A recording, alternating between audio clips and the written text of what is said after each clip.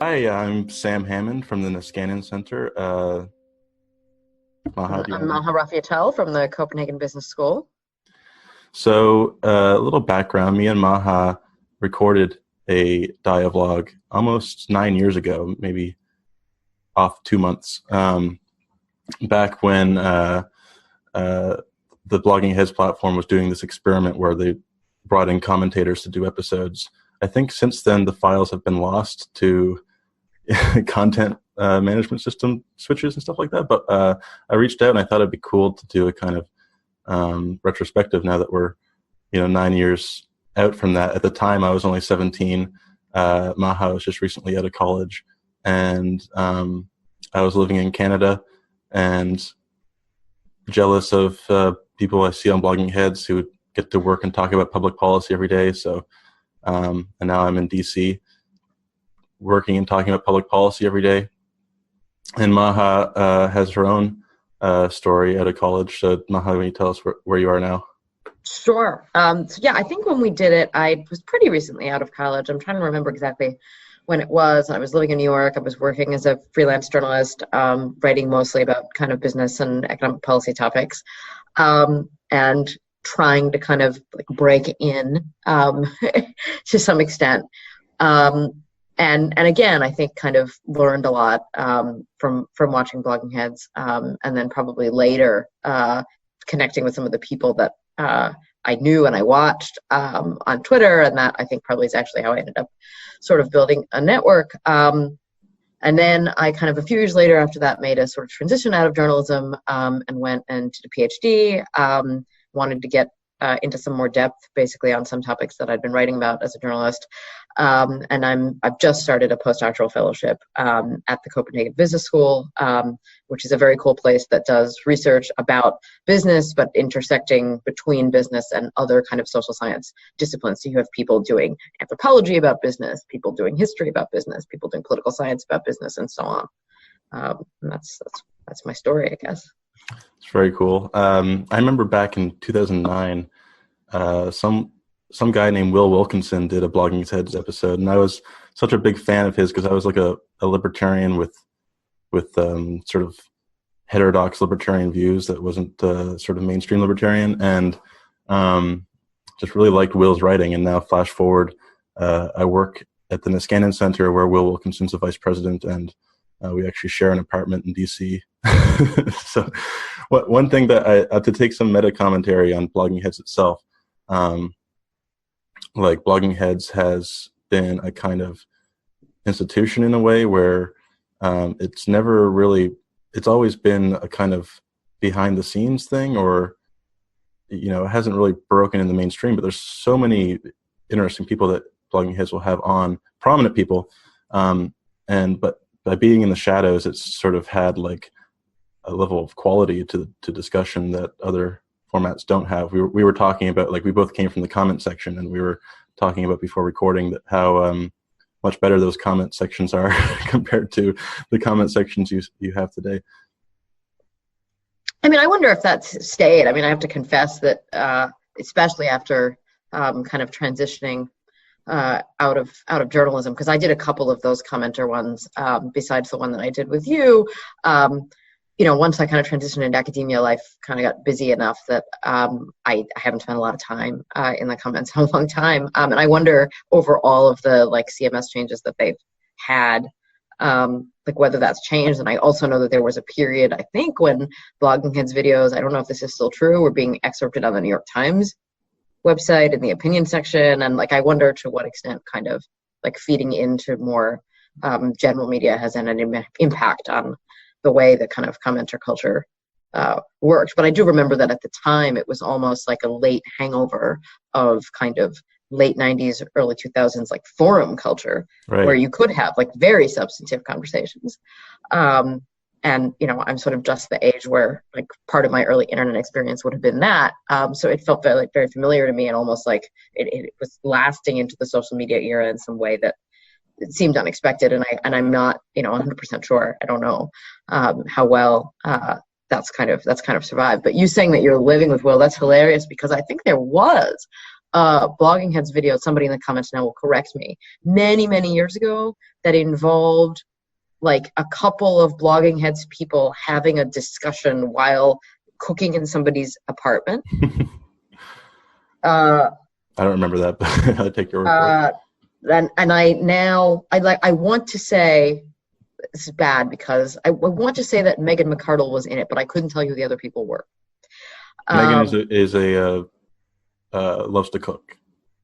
Yes, no, and like posts in addition to her stuff that's like about economics and policy and whatever things about food. So that's why I'm pretty sure that she was one of them. But it just reminded me of that because in those early days, I think it also was very much the case that like there were a very small number of people who wrote political blogs in DC.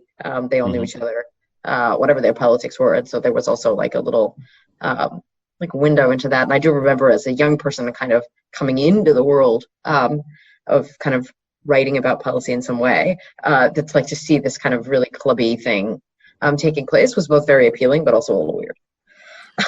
So before we fall totally beyond the event horizon of nostalgia, what we're talking about today, I mean, it kind of feeds out of some of our experiences. So like I also did a couple dialogues back then. One of them was on sort of, I think the title of it was the demerits of libertarianism, where the flaws I saw in libertarianism, and another one was, I think, the one we did on environmentalism, and kind of taking a shallow approach to the environment, where you tax externalities as opposed to have this deep ecology approach. I think that was the topic we talked about.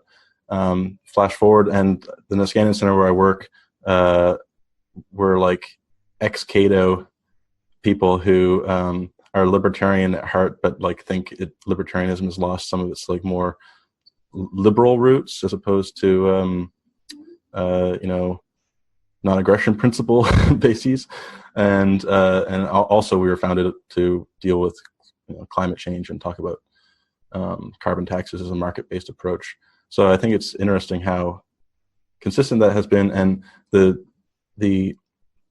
sort of some of the contemporary debates that are going on now with the Democratic Party as people jockey for potential presidential runs. There's this tilt, at least rhetorically, towards socialism, right? And it's not necessarily clear that this word has any bearing on what socialism is per se, as opposed to just being a more rhetorically forceful way of talking about traditional progressive causes. And one of the things that Will wrote recently was responding to a piece by Kevin Williamson, which we'll provide links to. And Williamson, I think the title of the piece was "Socialism is the New Libertarianism," and the point he was making is, well, all these socialists like Ocasio-Cortez or Bernie Sanders, when they're talking about Denmark as being their model, they're missing the fact that the Nordic model is far more free market than they realize, far more, Sweden has a voucher system, and he talks about how they have privatized a bunch of their public utilities and stuff like that. And it's interesting because the very same day Will published a piece responding to this, and Will's piece was sort of building on Kevin's piece, saying, well, yeah, this is more semantical, and socialism and capitalism is kind of a false dichotomy. A lot of the things that social democrats want, and there's a horseshoe that wraps around and kind of meets to where the things that more radical libertarians want, partly because there is this complementarity between social welfare policy and liberalized markets, because liberal markets disrupt people's lives. Competition is creative and destructive at the same time, and you need kind of safety nets to secure buy-in and make sure everyone is winning from that. But the irony was the exact same day Elizabeth Warren released her proposal, a new bill called the Corporate Responsibility Act or something like that. And the point of the act was it had many parts, but one of the facets was, adopting a co-determination model of corporate governance, where big companies would have to appoint, that 40% of their board of directors would be appointed by employees, essentially, and they'd have to get a federal charter. And Kevin Williamson wrote a piece the same day. I think the title of that one was Elizabeth Warren's Batty Plan to Nationalize the Economy. And the upshot was, Warren has veered farther left than Bernie or Ocasio-Cortez in embracing a form of socialism that is going to, make every major corporation a kind of national corporation. And the confusing bit about it was, and a lot of people pointed out later, is, Warren's model for that was the German system of codetermination, the Danish system of codetermination. Sweden has a more relaxed version of it. And so it was like this whiplash where you go from saying, Sweden and Germany and the Nordic countries are hyper free market, you silly Democrats, and the very next day saying, holy shit, Elizabeth Warren is going to turn us into a socialist dystopia. So, do you want me to just kind of jump in? I mean, I thought it was... One thing I was going to say is, like, you're an American living not just in Europe, but you're in Copenhagen. Yep. So, how are you faring under the socialist dystopia? Right. It's very obviously not a socialist country, right? And I think that, and it is one of the real frustrations of being like an American living anywhere in Europe. And I, spent 5 years in the UK. That's where I did my PhD. And I mean, the first part of it is, of course, that, like, there is this rhetorical thing where, sort of everything that's kind of left of the center left in American politics gets called socialist. And to some extent, I think that both that's really clumsy and crude from the people who do it as an accusation, but also that, like, and understandably, but it's kind of frustrating, lots of like American progressives, whether they're people who actually would identify in a real way as socialists, or whether they're people who really are broadly kind of social democrats, have kind of gone, you know what, if you're just going to call everything socialist, fine, I'm a socialist, forget it. It's like a way to kind of appropriate an insult as a badge and try and convert its power in some way. And I kind of understand why people are doing that, but it's still kind of irritating because it's so nonspecific. So, I mean, that's the first part, is clearly these proposals aren't really socialist. And even something specifically what we're talking about, codetermination, is not, doesn't have any element of state ownership of the means of production, right? It's not about that at all. It's a sort of a form of kind of forced soft cooperative ownership, but not really, because labor gets votes on the board. They don't get ownership shares, right? It's kind of a different thing.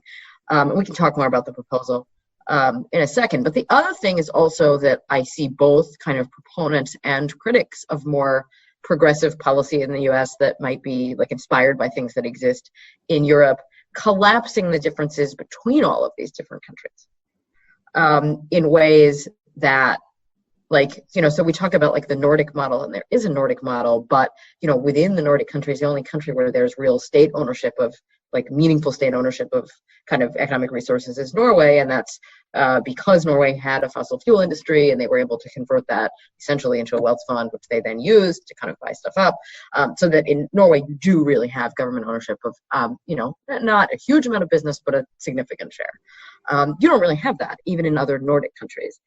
So I think there's more like variety. Europe is a big place. It has almost 30 countries in it. And that's within the European Union. And then obviously there's lots of countries that aren't members. And I do think that American political discourse about this does tend to collapse, not only, sort of like everything into these two categories, socialism and capitalism, when there are lots of other models that exist in between. But then also the differences within those blocks in a crude sort of way that makes it hard to kind of talk about whether the policies work or not, because, the proposals that she's got, that Warren has, is not quite as strong as the German version. It's probably actually closer to kind of the Swedish milder threshold. And yet the debate is going to want to draw on examples from all of those countries in terms of evaluating whether the proposal would work. And there's something like the academic in me is kind of going, that's apples to oranges. Don't do that. It's bad. So it's sort of, those are the things I think that I find kind of kind of vexing about it. Yeah, I mean, I really value like a varieties of capitalism kind of approach, where So I was gonna suggest, yeah, that we kind of talk about that, because I do think that that's like, I mean, it's very like academics use it all the time, but I don't know to what extent that framework is known. So do you want me to do a well, I'll just give a couple cents of thoughts here. Like, I love America. Obviously, I moved here from Canada, but there is this like epic parochialism to America, which is partly, you know, in a factor of its just pure size and separation by oceans from other countries' experiences and its sense of exceptionalism, and that's partly why I like America. But it does lead to a kind of sense of the American model is quote unquote natural, or like a fait accompli, and viewing slight alterations to the rules of the game as not just, you know, another way of doing things, but in some way more interventionist, or you know, I think part of this is the conservative movement they kind of painted themselves into a corner where you know, because of the need to have like a strong anti-communist rhetoric throughout the 20th century, and post Reagan, the Reagan Revolution is like they've come to define socialism as like redistribution, sharing the wealth, when in many ways like taxing and transferring post hoc is like one of the least interventionist ways you can, you know, try to equalize outcomes in society. If you know, there are more radical proposals out there. You mentioned, you know, co-determination is kind of a quasi cooperative model. You know, if you really read the manifesto, the Democratic Socialists for America, they want to, you know, abolish all corporations and replace them with either state-owned enterprises or you know, worker-run cooperatives, which would be, you know, a more like that's getting into the firmware of the economy and the way that taxing is. Right. So like, and that is democratic socialism, right? Like I mean, I do think the manifesto represents the label. I just think there are definitely people I know who are kind of like identifying themselves with that organization because they're frustrated with the Democratic Party, who don't necessarily kind of subscribe to all of that. I think you're right about the kind of Cold War like component of where American political discourse got to be this way about these terms. But then I also think that like all through the first half of the 20th century, the American economy ran on a pretty high level of taxation and redistribution, like most of the, you know, developed economies did. A lot of this has to do with, you know, I mean, a policy shift that took place across the kind of developed West in the 1970s and 1980s to move to like a less regulated, more financialized kind of model of market capitalism. It just, that shift was much, much more dramatic in the US than it was in like any of its peer countries. So that a sort of divergence opened up. Mm-hmm. And at that point, in part, I think because of the way that like Cold War rhetoric had seeped into the American psyche, Americans, and not just like American individuals, but like to some extent experts and academics, began to start referring to these very capitalist, just differently capitalist countries in Western Europe as though they were sort of like somewhere between capitalism and socialism, or flirting with socialism or whatever. And Varieties of Capitalism is a framework that develops in the 90s very much in response to that, to say, if you're going to talk about the institutional differences between the US and Europe, and of course you should be acknowledging these as different ways to be a capitalist society. And it, you know, I use it as a teaching tool sometimes, and I do find it's kind of helpful with undergraduates. It's not something that I've ever really used in my research. I think it has its limitations, but I think it is helpful as a way of kind of clarifying those terms. Because, yeah, I mean, I do think that kind of post hoc tax and transfer, like, I don't see that as making any real fundamental change to, like, the rights of private property, the ability of people to, like, own businesses and make money and so on. And I think you would need to be making interventions in those to be doing something that would really qualify as socialist. Right. Yeah. So it's a point I make. I have a paper that came out in May called The Free Market Welfare State, where I tried to sort of like talk about social insurance and the social insurance state as sort of a next evolution of really deeply liberal principles of like cooperative systems of cooperation that build buy-in, and like a kind of social contractarian view of liberalism that says, look, the trade-off, and let's take Denmark as an example. The trade-off of being a small open economy where we're deeply integrated in international trade and globalization is that at any point in time, trade winds can shift and you will find yourself unemployed. And there's two ways to approach that, right? You can protect the job, or you can protect the income of the person, right? And there's a more sort of reactionary model, which I think is common to both like the more genuinely socialist left that wants to sort of, unionize there's a recent article saying that Marriott was, the hotel chain is replacing or thinking about replacing their front desk workers with an Alexa type service. And so you can check in with the robot, and I guess the hospitality workers there are trying to get a influence at the ground level to, secure their jobs. And sure. That doesn't happen in Denmark, because Denmark can't afford to be sclerotic because they are so integrated, and they depend on the productivity of the country. And Denmark and Norway and Sweden, they're like some of the most productive on like a per capita basis countries in the world. They depend on that productivity to afford the taxes and transfers and the social welfare programs that kind of undergird it, right? So this is sort of in my model of Varieties of Capitalism, how I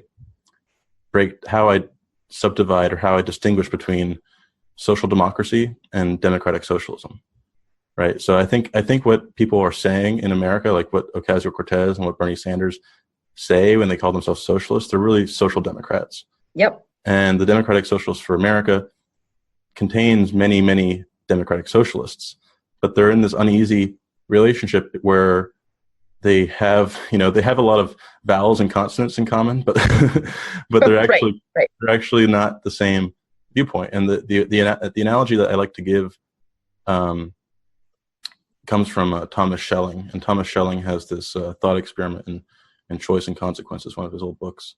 I think since then it's been called the Titanic paradox, or the Titanic puzzle, and it's kind of apocryphal, but the idea is that when the Titanic sank, people in the third class and the working class people on the boat didn't get lifeboats, because part of the ticket price, they had like a reduced ticket price, and part of the trade-off was, we're not going to put in lifeboats for you. We're just going to put in lifeboats for the first and second class.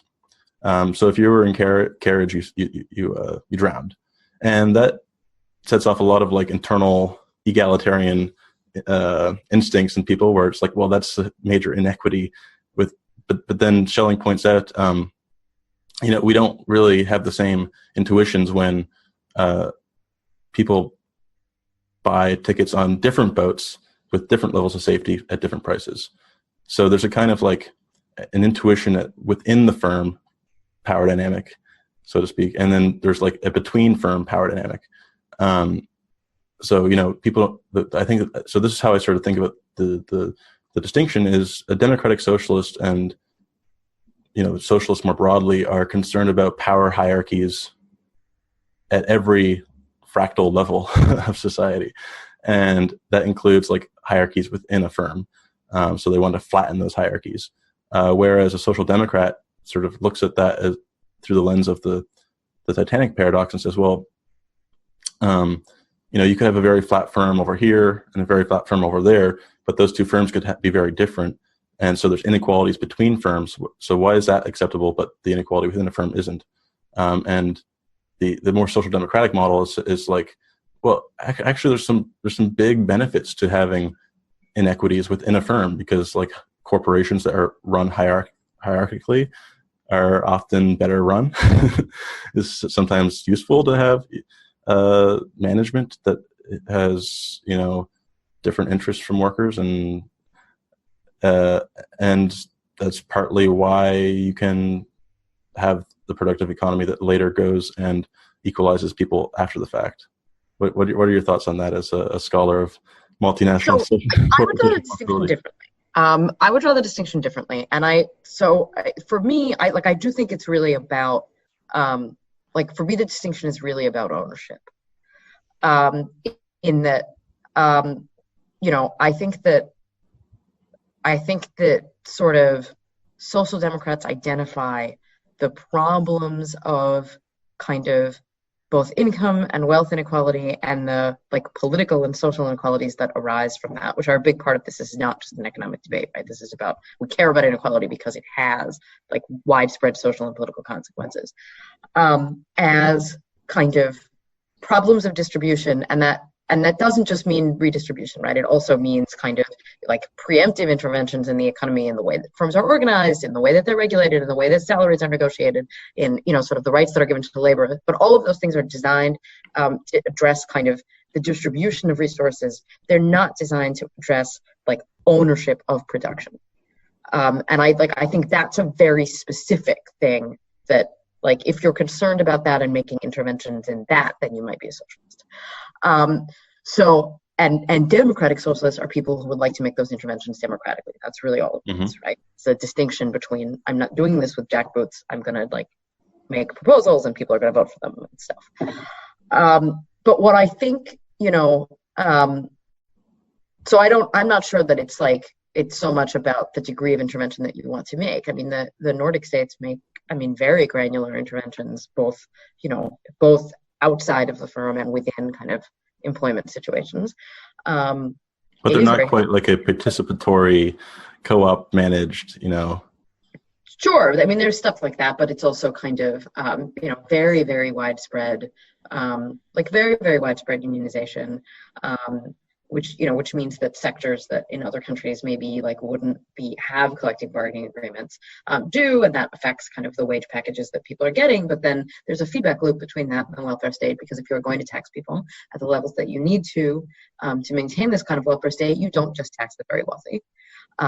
In order for it to work, right, you have to have pretty high levels of taxation even at the middle income level, and people need to be earning pretty decent wages for that to work. So that's sort of, for me, I think it really is very much about kind of this very traditional ownership of the means of production, to kind of borrow the Marxist language there. And I do think that that in that way, the term democratic socialist is being kind of clumsily applied in the US. But what I also think is confusing, and this is, so we've been talking about how Americans are dumb. They use all these terms badly, right? But actually, I'm now gonna crap on Europeans a little bit, because one of the reasons that this is confusing is that American progressives kind of naturally looking at Western Europe and going, some of these countries have clearly figured out how to run, market economies where they have large successful corporations that, everybody knows that German business produces awesome stuff. And yet kind of have lower levels of inequality. Okay, how are they doing it? What can we borrow? We'll find that actually the political parties across Europe don't always use these terms in a consistent way. So I spent 5 years living in the UK.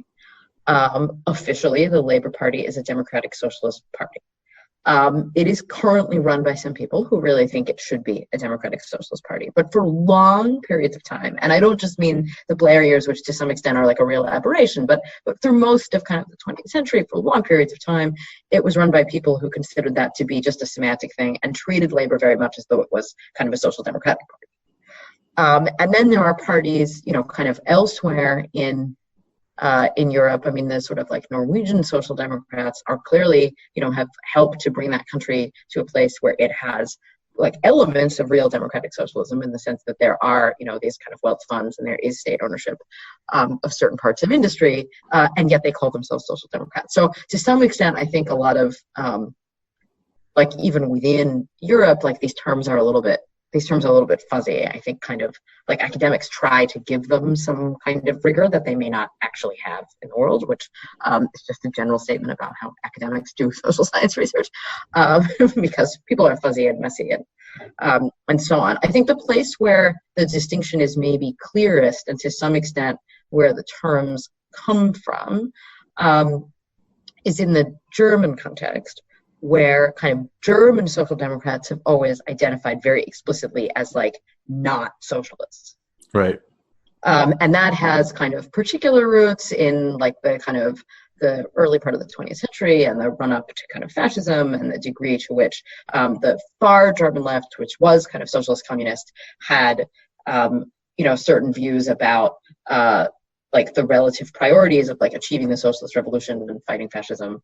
And the social democrats were the people who were sort of saying, look, these guys are dangerous in ways that regular conservatives are not dangerous. And so, we all fall in a broad coalition of from the center left to the communists and try and vote against them. And that didn't happen. And that's sort of the story of the 1932 election. So that split, I think, has like very particular roots in Germany that I'm not sure are necessarily true in like the actual party politics of sort of the various left of center political parties. Sure. I mean, Germany had there was something that happened in the early 20th century in Germany. Yeah, that might be unique. Konrad Adenauer, the first chancellor, post-war chancellor, like I used to be obsessed with like ordo liberalism, right? And there's like a journal, Ordo Journal. You've matured nicely. You've matured nicely. And the idea there was that there's like this third way, right? And there's a social market economy that tries to blend the best of both, and is also rooted in, Christian social doctrine, which, I think there were some encyclicals back then that were, like, from the church that were like, capitalism is great. We need capitalism. Property rights are great, but we also need subsidiarity, and we also need, to decommodify aspects of the economy from a Christian point of view. And it's interesting. Some of the more prominent thinkers in the U.S. these days, like Elizabeth Bruenig, are sort of revitalizing some of the Christian socialist roots of that thinking. And it's a point I also made in the context of like I wrote a piece recently about Hungary and their pro-natalist policies, and a lot of it actually dates back to the 1960s under the Soviets, where like there was a laxity around women's work and stuff like that. So these things all have kind of deep roots. The one thing that I would push back on your point about ownership is, so there's just right now there's just like intra left debate about the utility of a sovereign wealth fund, right? So yep. Matt Bruenig at the People's Policy Project has a proposal for a social wealth fund modeled kind of, at least inspired after Norway's.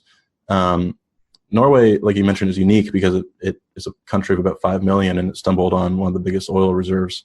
And, they need a social wealth fund for macroeconomic reasons. Right.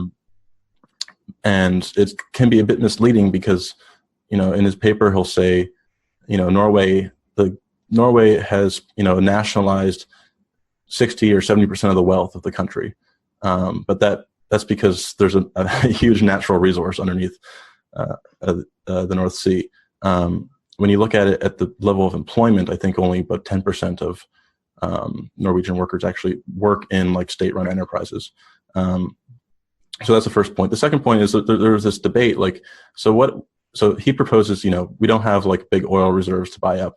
I mean, so he kind of proposes buying up, the stock market, equities, private property. It's actually sort of modeled also on the Swedish, the Swedish idea around I forget what it was called, a wage earner fund or something like that, where they, the Social Democrats. Yep. In the 70s. I mean, they're probably actually they're probably really, for Americans, they're very close to pension funds. Mm-hmm.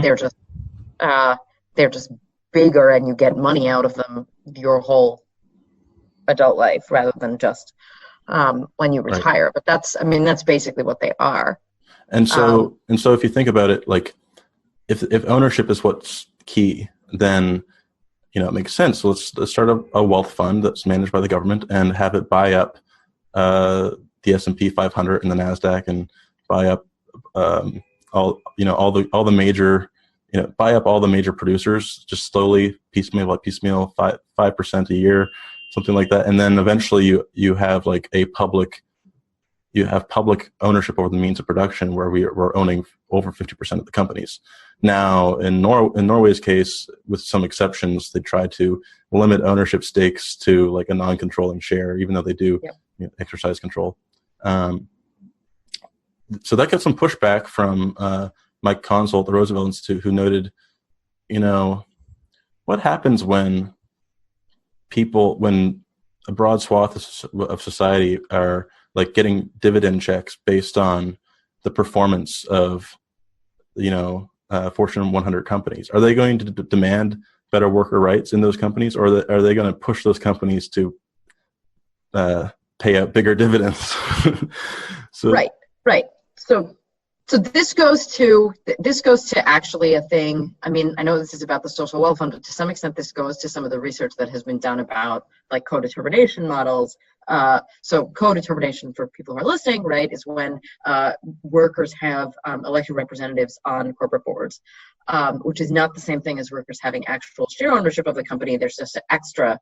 The shareholders have the total amount of shares. They elect their representatives, and then there's a separate set of seats that are reserved for workers to elect their representatives. And one of the things that like has come out in the research into that, especially in Sweden, and there is a paper that, where there's like the links below the video, I'm happy to share this, that some colleagues at a Swedish university did. Basically, over time, the worker representatives start to vote pretty much the same as the like regular shareholder representatives, because they're all sitting in the same conference room and they get to know each other, and they become, to some extent, like a Marxist would say, they become part of that class of people, right? They're co-opted. And the kind of cultural assimilation that takes place in the boardroom and at the corporate retreats at a certain point means that there's not, that much difference. I mean, that paper still found that there were some other benefits to having this model, but I think, like, to some extent, this idea of like a wealth fund that's based on share ownership of companies, like, why would you assume that you and I would be different kinds of shareholders than like the people who are already shareholders with our small stakes? And that, like, for me, is one of the major problems with sort of like trying to do this from within the shareholder model.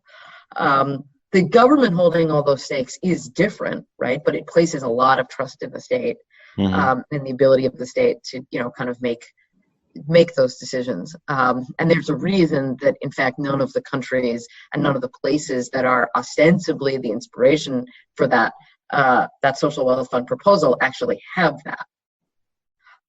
So that even Norway, as you say, has very high levels of ownership, but that ownership is of this natural resource. In practice, doesn't actually mean that most people are working.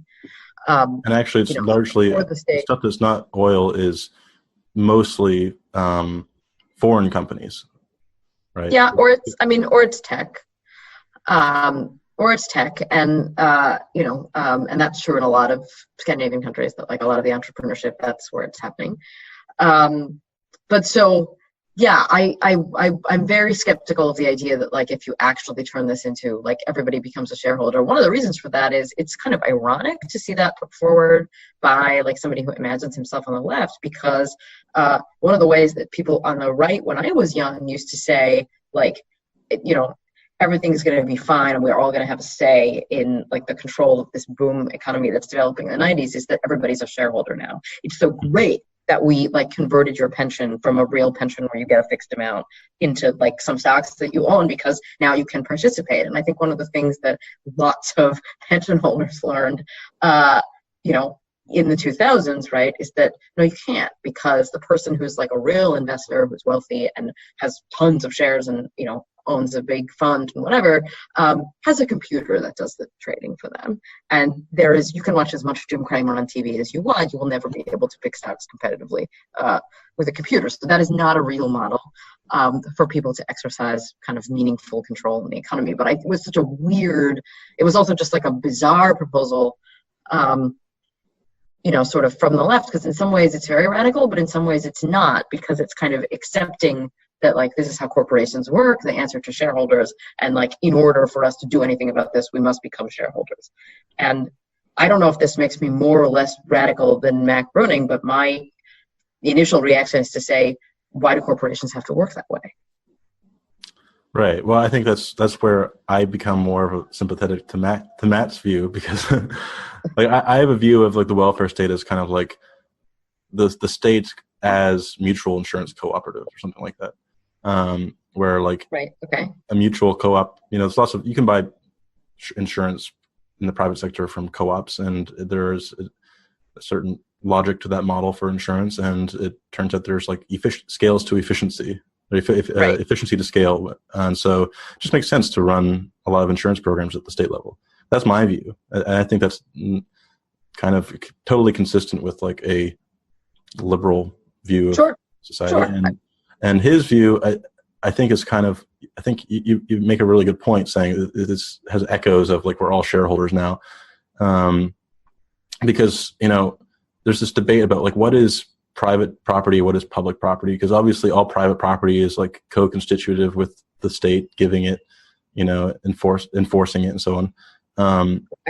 The only country that comes close to like the Norwegian model, first of all, there aren't really many other countries that have like successfully run sovereign wealth funds other than like the Saudis, I guess. Right, but they don't run them as social wealth funds, right? I mean, like, of course, yeah, they have them, right? And they use them to buy airlines and soccer teams. And they're like their own model. They're just rentier states, right?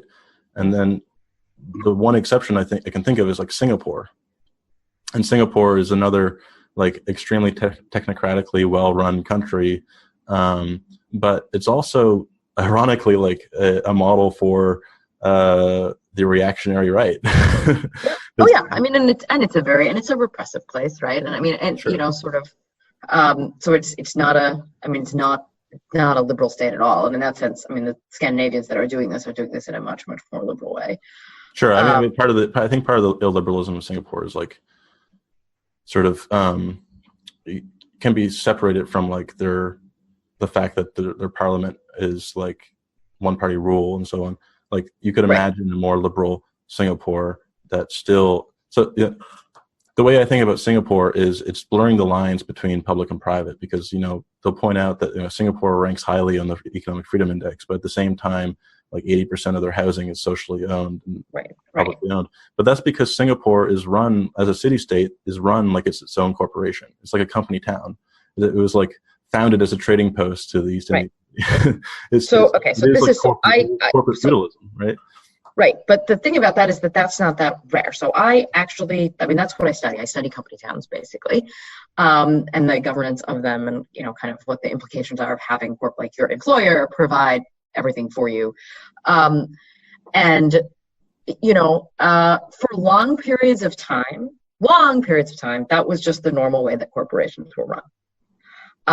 There is like a group of people who kind of work on the early history of like the corporation as a thing, who are pretty clear that like the corporation itself like makes this distinction between public and private very problematic, because initially when corporations were created, all corporations had public charters, and not just the ones that like we're familiar with, like the colonial trading corporations, but even like kind of domestic corporations would have, would be authorized to exist under laws that gave them some public obligations that would be separate from their kind of shareholder obligations. And because of that, like issues around property and around taxation and around, various issues that arise in the regulation of corporations would sit somewhere between kind of the public and private sector. And so the idea of like the business corporation is very much like a private thing that is actually owned by its shareholders is A, very recent idea in corporate law, and B, something that lots of corporate legal academics think is basically hogwash. And so this is something that's like very much contested in terms of like the actual law and the theoretical understanding of it. And so because of that, a place like Singapore, it's kind of a company town that becomes a state. Like I don't actually think that's that anomalous. I think that that's what a lot of the early history of the corporation looks like. But then once you kind of I like to think about that because it makes kind of contemporary cases that I'm looking at where people go, oh, like this town, in India is so weird. This company like provides everything. And I'm going, well, maybe it's not that weird. Maybe it's just how it's always been. But it also means that like I don't, I don't react really in any particular way to the idea that the corporation could be organized in such a way that sort of shareholder ownership isn't its only governing principle, because in the long history of the corporation, there have been centuries where it's been organized that way. And the way that you and I know it in, kind of a North American context is like a small piece of the history of the corporation as a form. Right. And lots of those places where it was organized differently were market capitalist societies. I mean, 19th century London was a market capitalist society in which all of its corporations had kind of dual reporting responsibilities, where you would have certain accounts that you would file for your shareholders and certain obligations to your shareholders, and then a totally separate relationship with a parliamentary committee that would be responsible for ensuring that you met your charter obligations. Sure. I mean, I'm Canadian. We at the Hudson Bay Company, and yeah, sure. But and I agree with you that they're way more common than people realize, and that's actually kind of my point. Is post Enlightenment and post Westphalia Treaty, whatever. There's this theory of democracies as this distinctive, at least normatively distinctive entity, but if you read the neo-reactionaries, they're oh, we like Singapore because it's the closest thing to a modern absolute monarchy. It's like Frederick the Great. It's running a perfectly run country. And then you think about the countries we've been talking about, like Norway and Denmark, and the Nordics sort of avoided the feudalism of continental Europe, and partly because they were more centralized and had strong monarchies. And they've since democratized, but they're still constitutional monarchies, and they still have that legacy of relatively central control being run as if there's this Norway Inc. and Norway has, and so this is my galaxy brain idea that Matt Bruenig and the neo-reactionaries actually meet around meet in the same place. I mean, yeah. And the neo-reactionaries will say, well, we want society to be run for the nobility, right? Right. And so Matt Bruenig is just saying, yes, we agree, and we just want to have more people be nobility.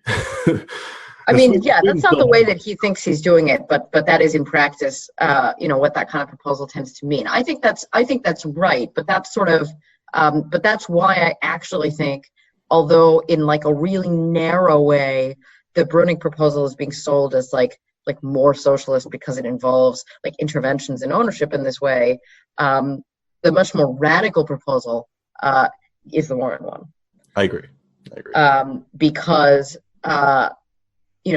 that's the proposal I think that is kind of refusing to accept the legitimacy of the shareholder model as the only thing that corporations should be bound by.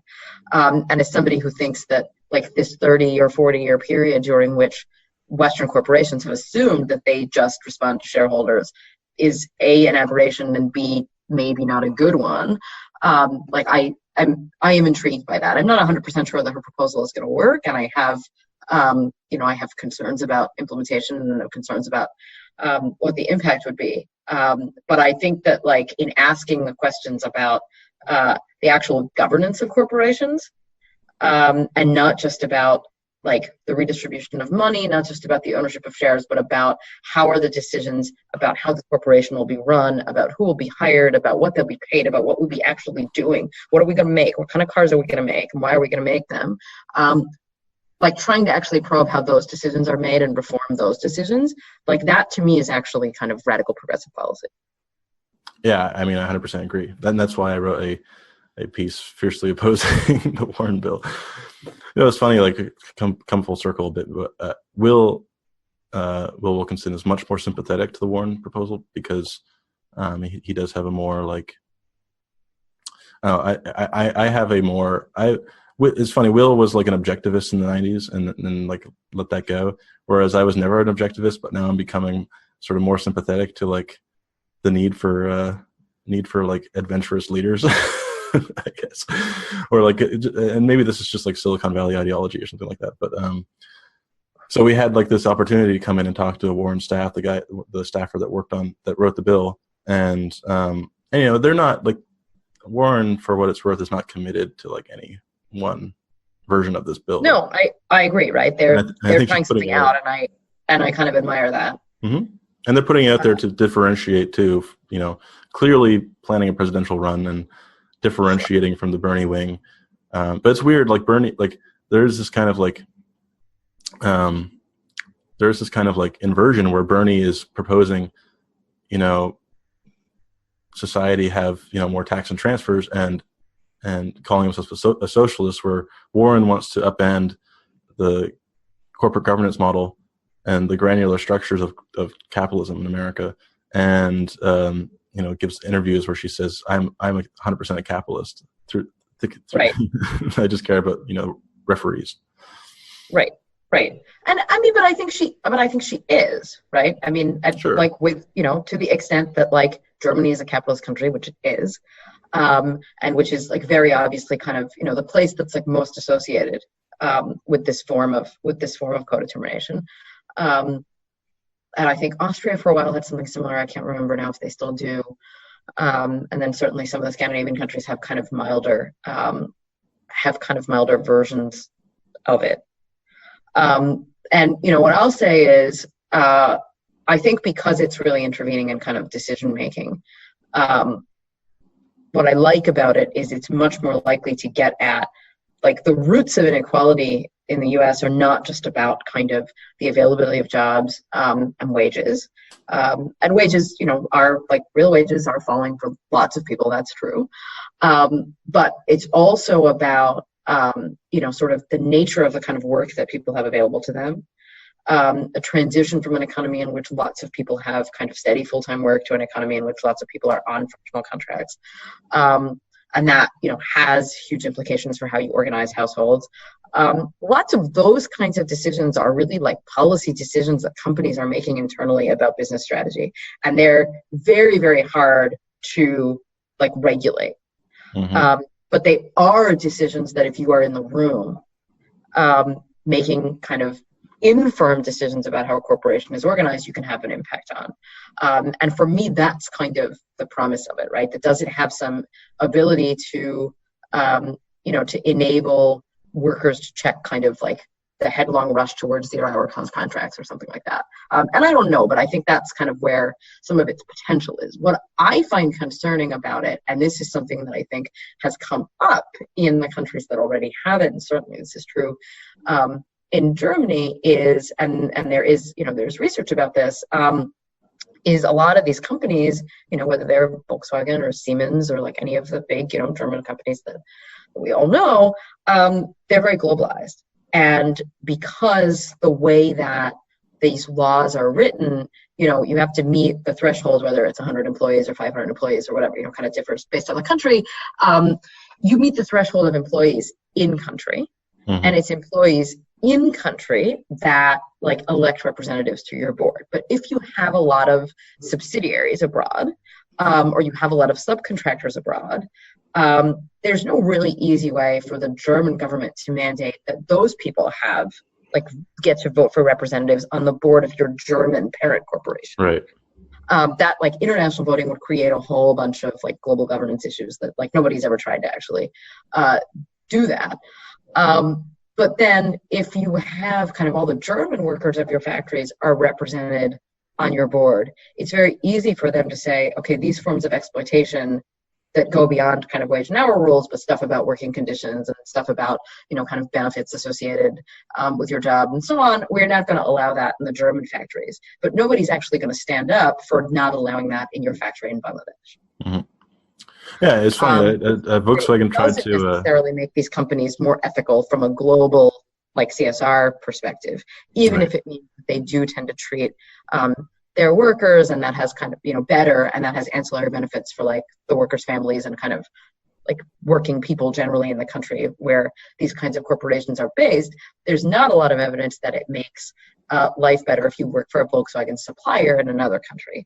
And because most of the corporations that we are talking about who engage in bad behavior that we're concerned about, whether it's, you know, kind of Rana Plaza factory fire or whatever, most of that is happening somewhere down the supply chain.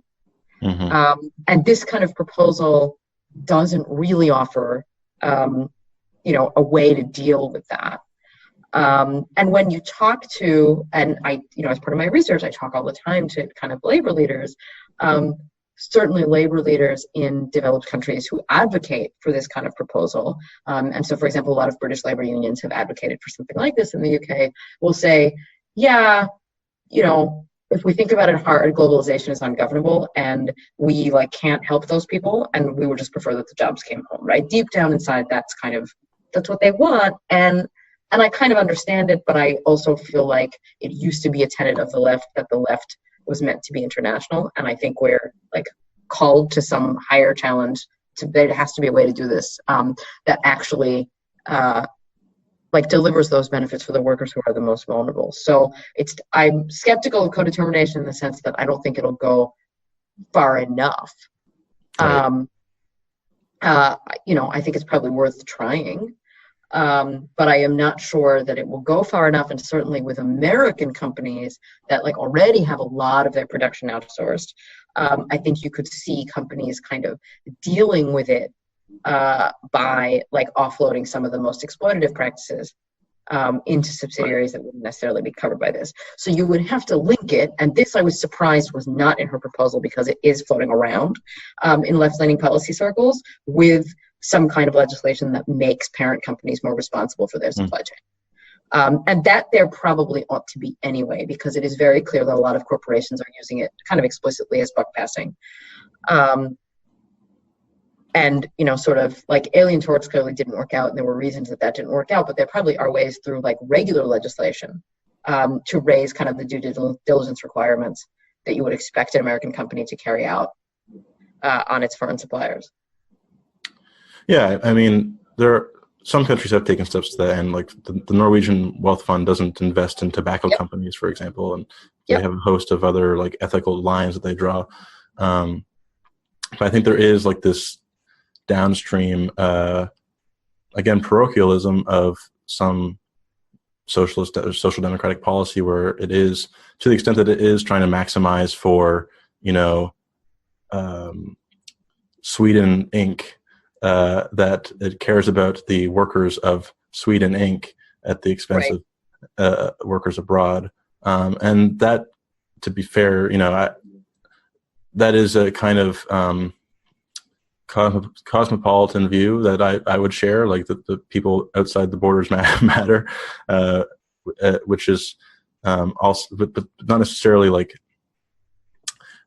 going to feature prominently in any presidential nominee's domestic agenda, right?